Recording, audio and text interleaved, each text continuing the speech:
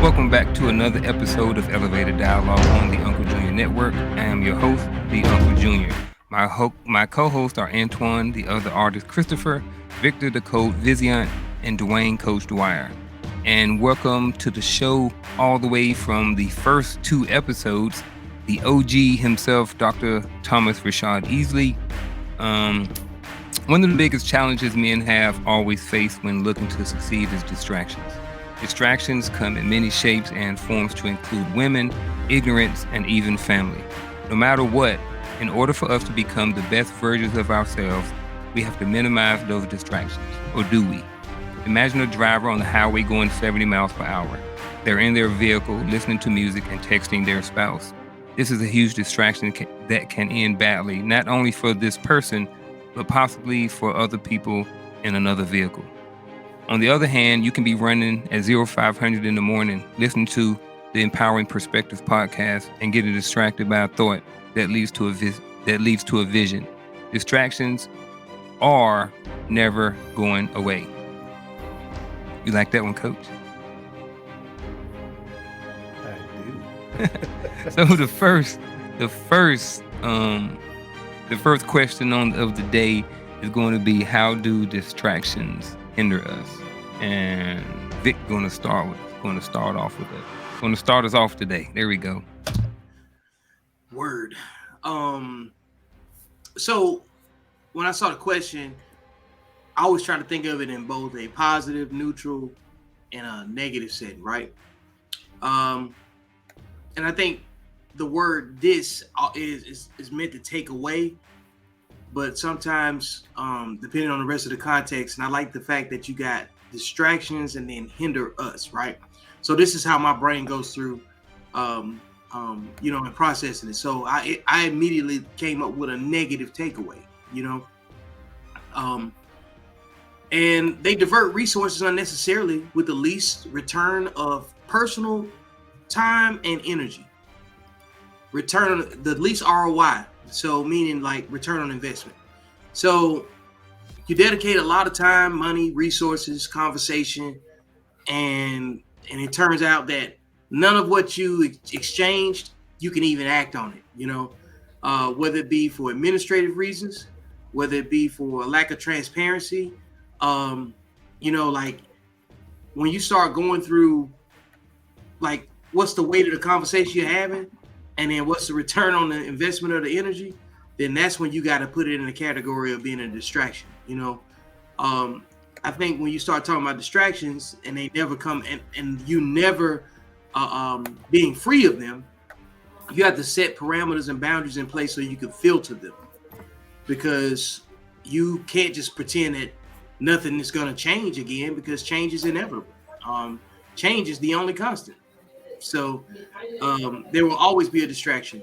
Like you said earlier, I think what's more important is not finding ways to not be hindered by distraction, not being encumbered by so many different options coming at you in the form of opportunity, which is really just disguised as a distraction in most cases. I You got guess. it, Okay. Coach. Yeah, I jump on it. So I agree with everything that Vic's saying. He's 100% correct. And I think when we look at the return on the investments per se, you're looking at, um, you know, getting something more back for what you gave prior to. So you're getting more in return, more of a withdrawal than you did from a deposit, which means that it's ultimately is going to be some sort of sacrifice for a short period of time, whatever the case may be. One of the things that we look in investment terms, we have to have the ability to wait for that investment to mature. And I think from the standpoint of what we're talking about when it comes to distractions, we can actually, um, we can actually lose focus. That's the word I'm going to go with here. Focus when it comes down to what it is that we're doing. So, great example that you gave with the story that you were reading, riding down the interstate, doing 70 and listening to something else, or whatever the case may be, right? Maturity means that we have the ability to focus on something. So, in other words, now we're talking about energy management. Your ability to focus all of your energy in one particular direction or the other for the sake of a particular outcome that you expect. So, distractions is, in for the lack of better terms, is a sign of immaturity in the direction of the amount of focus that you're trying to point in the direction of the thing that you're doing. And it's pretty easy to do. It happens all the time. You see it all the time.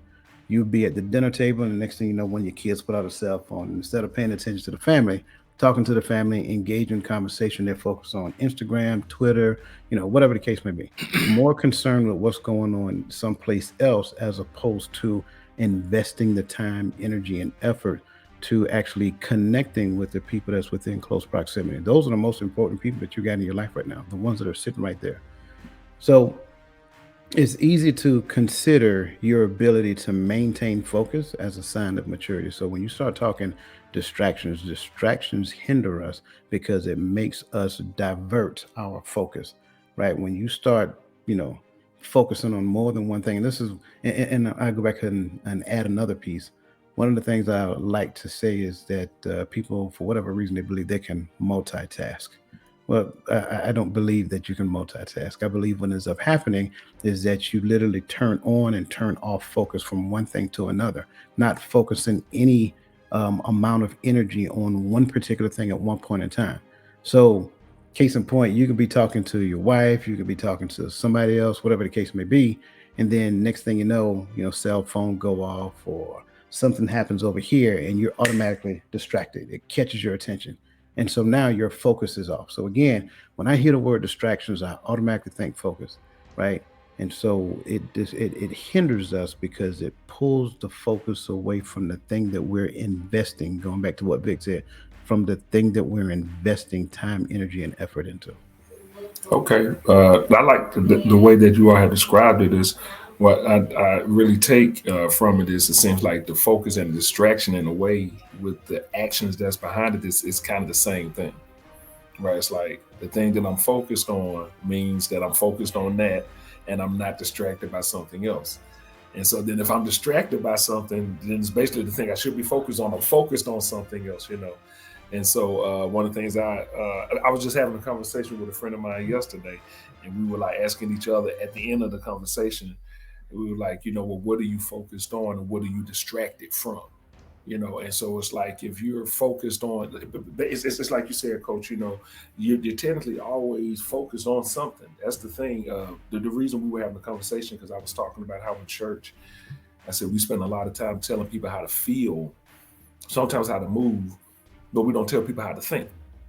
And so you got all these people who are sitting here every Sunday in particular, but it's like they're being told something, and I was like, well, how is it? Oh, wait a minute. So they are focused on something. So then we talk about they focused on something, but I think a lot of people don't realize that their brain is being fed something at the same time. So it's just a quick example, and then I'll hush. It's just like, how do people get out of weight without knowing it? Like, how do you all of a sudden, man, I'm out of weight? I am out of shape. How do you all of a sudden just notice that you're out of shape? You know what I'm saying? Like how you don't. It takes time to be out of shape. But the same question I would ask somebody else, like, how many times do you breathe today?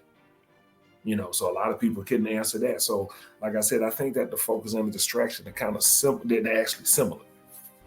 I know the moment that some people get out of shape when you try to put your socks on and you start breathing hard.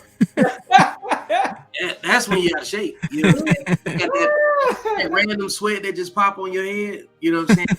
And all you do is put your seatbelt on. That's with your seatbelt. Because that's those are moments that people see and they don't even recognize. Like if you got a rock to get up, you're safe, man. You know what I'm saying? It's over with, people. Yeah.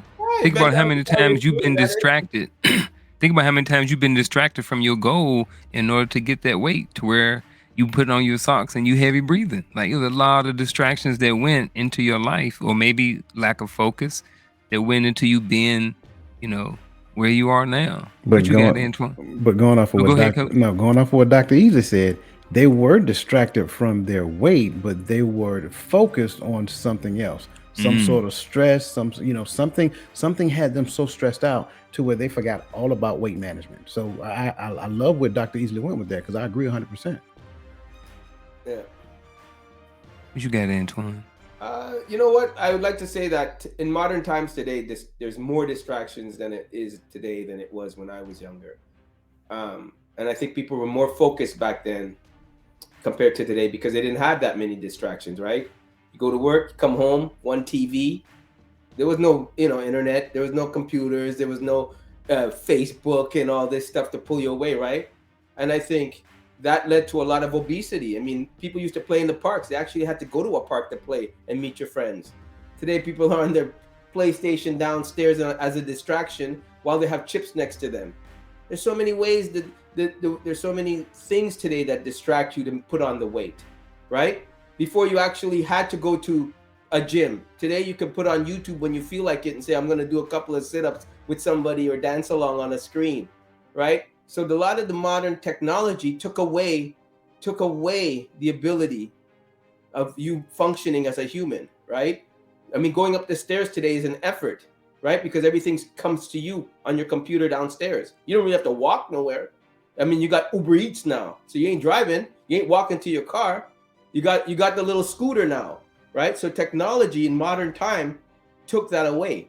There's more distractions now today to make people lazy. I mean, let's face it, people can't take the fork out of their mouth no more. That's what leads to obesity. You just can't take the fork out of your mouth. Some people can control it, some people can't. It's not rocket science why you gain weight. You know what you're putting into your mouth.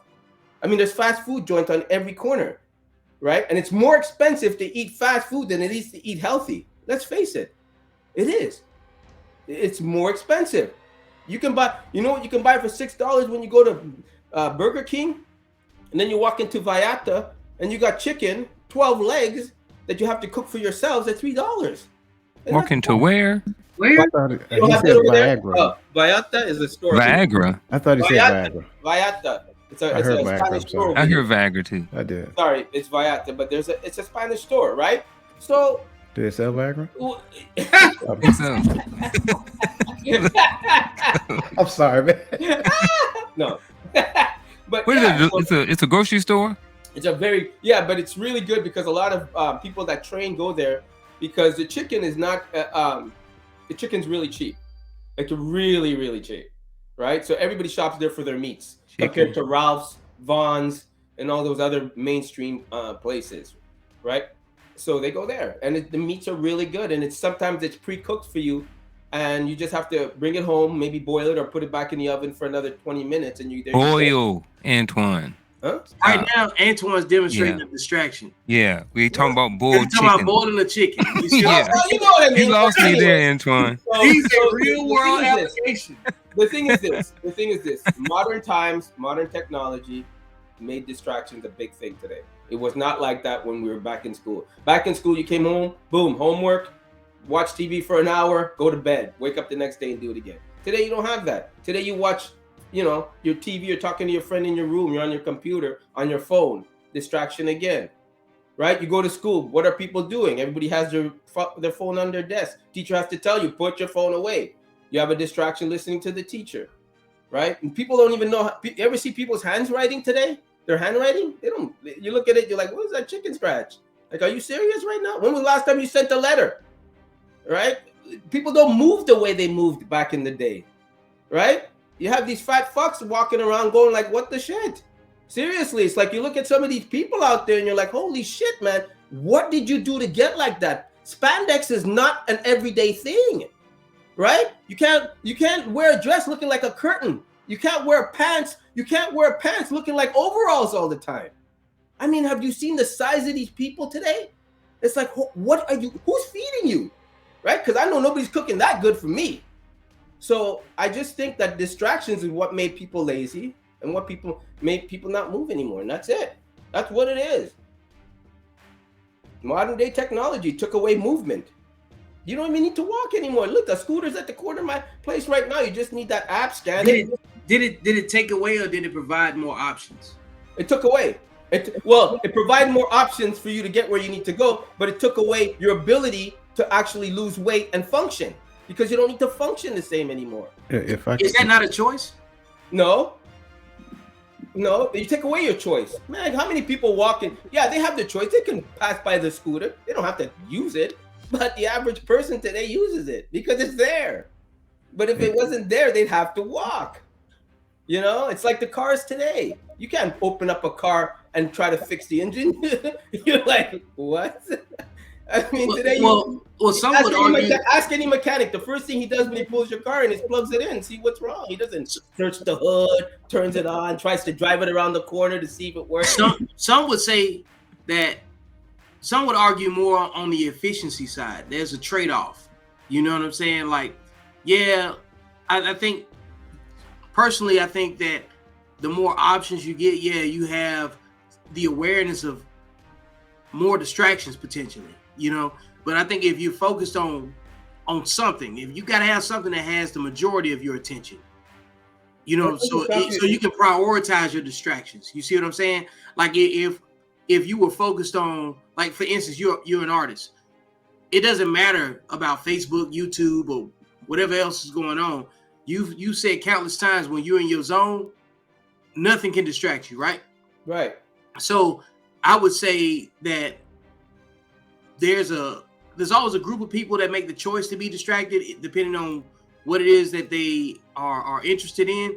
And some people, like, it may not even be a distraction to them because they may not be made to create anything, you know. So but I'll challenge that by saying this: I didn't have. It's not a challenge because all things. But when I say challenge, I mean I'll rebuttal just on one thing. I didn't have to put away my phone because I didn't have a phone in the room.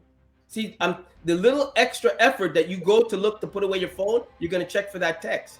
Boom, you're distracted right there. Even though you know you're taking it out of the room, you're still gonna look down, distracted right there. Even if it's for a few seconds, you're gonna walk out your room, you're gonna put it on the bed, one more look, again, you're gonna come back. You see, the distraction is already there.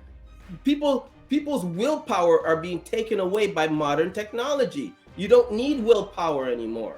So right? is it modern technology or lack of discipline? Modern technology, because the more you create, the more people will use. It's just the way it is. And you know, it's like put it this way. If you're gonna, even better, let's just say you wanted to cook something. Technically, chicken's already cooked for you if you really don't want to cook. You just gotta pop it in the microwave, follow the instructions. Hold on. Hey, in my culture, we cook the chicken. You know what I'm saying? We want it raw. I want it raw. I want to go home and clean it. I'm gonna season it. And that boil. Hey, look, like, you're not finna sit up here and just use chicken as your crust. You better find something else. Hey, I'm just trying Especially to. when you boil your chicken. You know, You better go prepare. I don't know. You better go prepare some haggis or something. You know what I'm saying? But like, I don't even know what that's about. You know? Hey, I'm just trying to understand the distraction of chicken and Viagra right now. I'm just hey, Twice. come on. Twice. Chicken and Viagra at the same place. That's a distraction in itself. Next is going to be